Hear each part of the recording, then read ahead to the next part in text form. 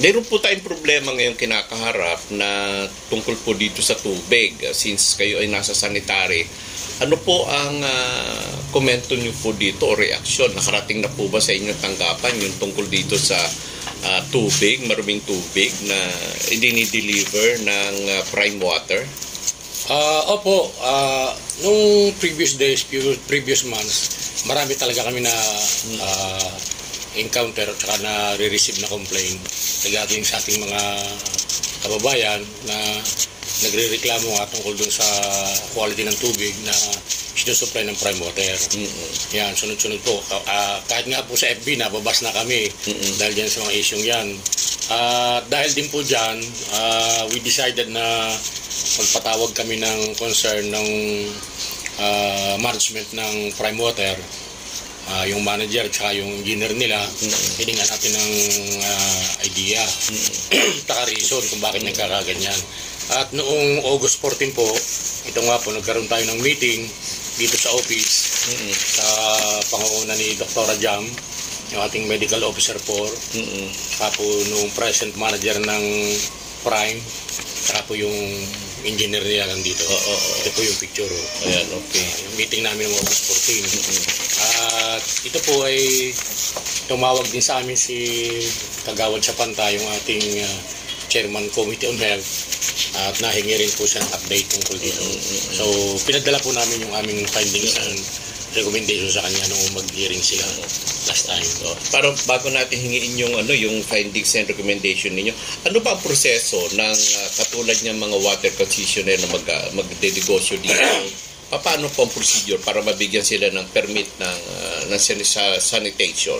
Ang unang-una dyan, Sanmar, yung pre-laboratory test ng mga tao nila, nagpe-perform ng trabaho doon sa kanilang opisina. At ang ikalawat sa riyan ay yung monitoring namin ng quality ng tubig nila. At nire-require natin silang mag-submit ng laboratory result nila, ng tubig nila sa atin monthly. Monthly, sir.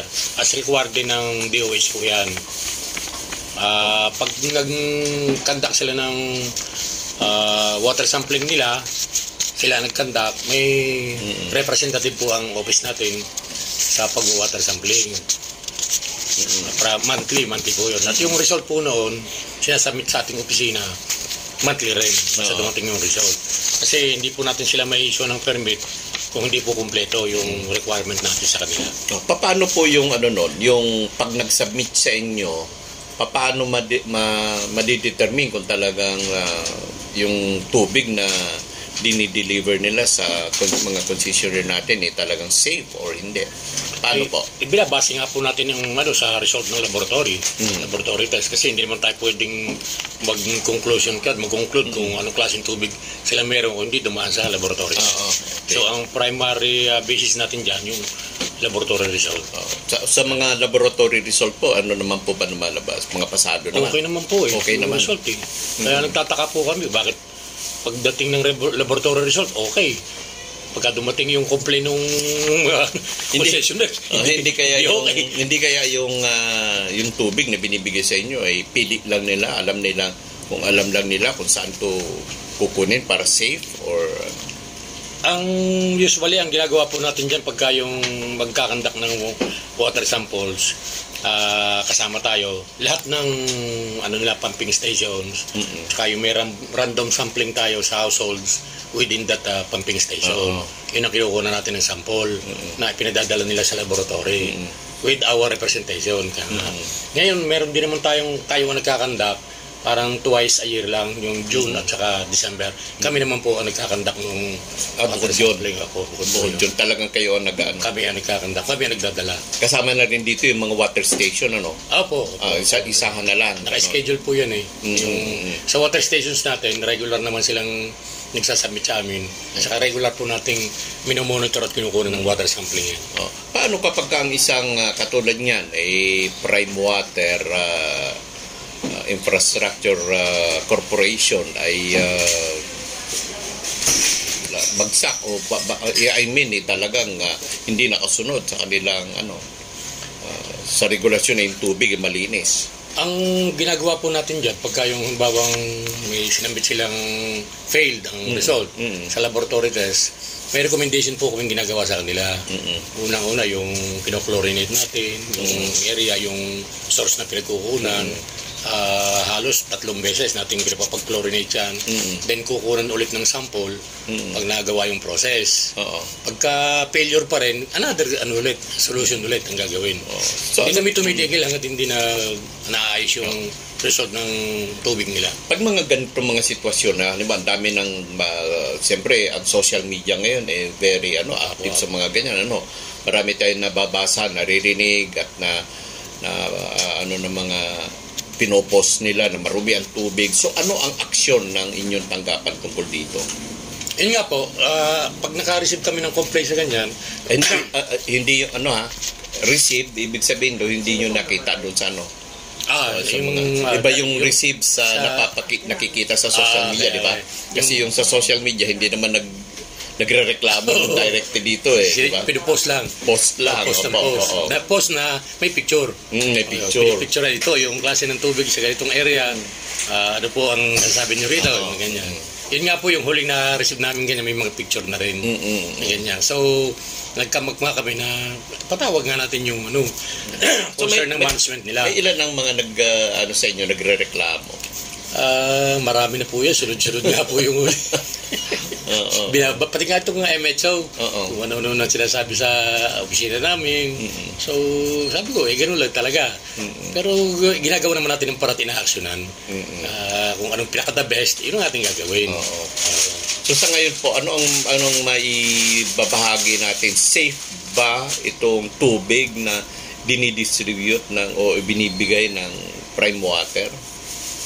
Ay sa amin paningin sa paningin natin talagang wala namang kaso pang nangyayari na nagkasakit ka or nagkaroon ng problema sa kalusugan mo dahil sa Prime Water. So mahirap po nating i-conclude yun. Mahirap po nating ang lang natin mag-ingat na rin tayo. Tingnan natin yung klase ng tubig na lumalabas sa kanilang mga faucet na ginagamit natin.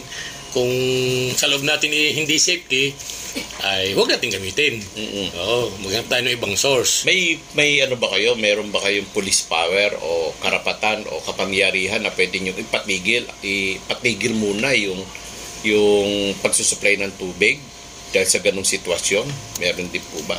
Base nga po doon sa mga laboratory test nila, failed pa rin, 3 consecutive failure, pwede naman siguro. Pero nabanggit nyo, hindi naman sila failure no? Hindi yung laboratory test okay. Lahat from the beginning na nagano sila, puro... May time talaga na lumalabas yung tubig na sinasabi mo, sir. Talagang kulay kape. Kulay ba? Parang Ovaltine. Talaga. Ay, area daw naman yun. Okay. Sa amin nga, sa Labangan ngayon, dito sa area namin sa residential ko dito sa may Mabini Street. Sa may maputi naman, maganda naman ang tubig nila ngayon. Ang quality. Tsaka medyo lumakas na yung pressure. Hindi na katulad natin na halos parang pumapatak-patak lang na wala pa. Parang senior citizen na umiihi. Humina na, dumumi pa. Ngayon naman, medyo lumakas, gumanda. Okay. As of this day. Hindi ko lang alam sa ibang area pa. Siguro, ang isang solusyon nilang ginagawa, yung nagpa-flushing daw sila. Tsaka ang iba nagre-repiping.